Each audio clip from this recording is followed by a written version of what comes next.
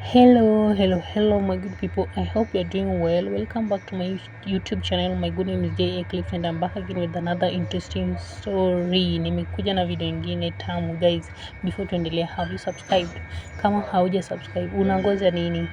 Just subscribe. Haita cost anything. It's free of charge. After subscribe, just click the notification bell so that anytime I upload any video, you will be notified. Utakuwa unaambiwa nani amepost na utapata video on time, si ndio guys? So nimerudishana na another story ya demo Facebook, na before tuendeke hiyo video, ningependa sana kushukuru guys for your support.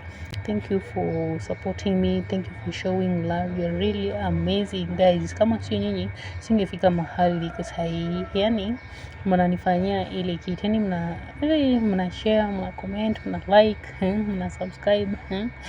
Nyinyi ndio wale wase, na washukuru sana, Mungu awabariki. So nimerudi na story ya Oga Obinna. So you all know that demo Facebook wamekuwa pamoja na Oga Obinna, wamekuwa kidate, na juzi demo Facebook ali reveal pregnancy yake, na guys, kumbe ama hao wanatuchezea juu kuna vile Obinna aliongea ni kama hii mimba si yake, ama wanatuchezea tu juu wamekuwa sana pamoja, yaani kila mahali wanaenda, na waliachana tu haijakaa, na mimba pia si ndogo yenye unaweza sema ni a new boyfriend ama juu.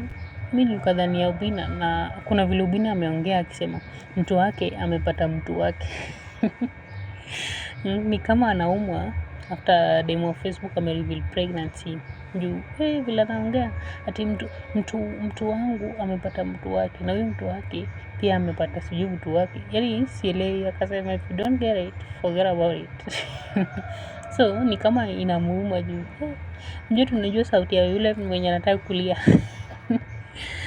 mimi nilikuwa ndani yake, na vile anaongea ni kama si yake. Ama nimeoverthink. Hebu guys mniambie kama mmeona hiyo video ya Obinna, nyinyi mnaona aje? Ni ukweli mimba si yake, anaumwa, ama anatuchezea tu, anacheza chini ndio watu wasifikirie? Hebu niambie kwenye comment section, nikae nikijua. Niache ku overthink, niache kusema mtoto ni wa Obinna, mimba ni Obinna na kumbe si yake, nitakuwa namwekelea. So niambie kwenye comment section, nikae nikijua, si ndio guys? Thank you for watching. Like, share and comment. Don't forget to subscribe. Bye bye guys.